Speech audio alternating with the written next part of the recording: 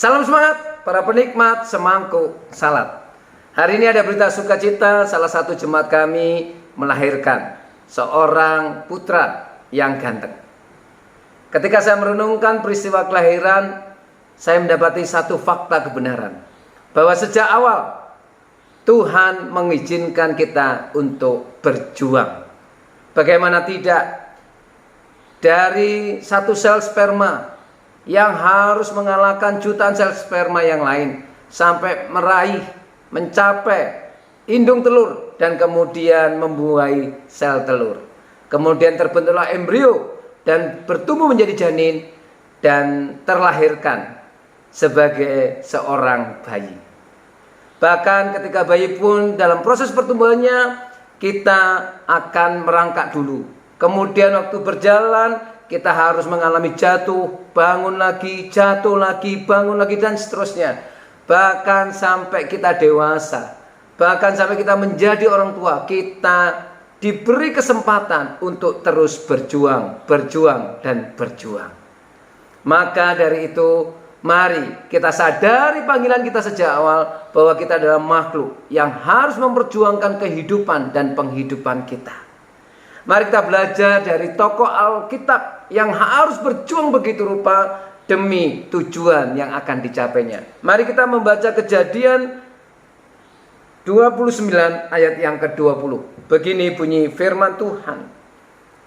Jadi bekerjalah Yakub 7 tahun lamanya untuk mendapat Rahel itu. Tetapi yang 7 tahun itu dianggapnya seperti beberapa hari saja karena cintanya kepada Rahel. Yakub bukan hanya bekerja keras untuk mendapatkan Rahel, tetapi dia bekerja cerdas dan bekerja dengan penuh cinta. Jadi supaya kita survive dalam kehidupan ini, kita punya konsistensi dalam berjuang, maka kita harus punya tujuan yang jelas dan motivasi yang jelas dalam berjuang di dalam kehidupan ini. Seperti Yakub, dia punya tujuan dan motif yang jelas. Dan ingatlah, kita harus punya dasar, yaitu cinta. Dengan cintalah kita akan tetap punya semangat untuk bekerja dan berjuang dalam kehidupan ini. Apalagi kita menyadari bahwa Allah kita adalah Allah yang penuh cinta kasih, yang akan terus menyertai kita dengan cintanya, dengan kasihnya, dan dengan kuat kuasanya. Mari kita bekerja keras untuk orang-orang kita cintai, untuk keluarga kita, untuk anak-anak kita, untuk orang-orang di sekitar kita yang Tuhan izinkan ada di dekat kita. Mari kita pakai semua energi kita untuk bekerja dan bekerja. Jangan dipakai untuk berputus asa, bermuram durja, apalagi sekedar rebahan.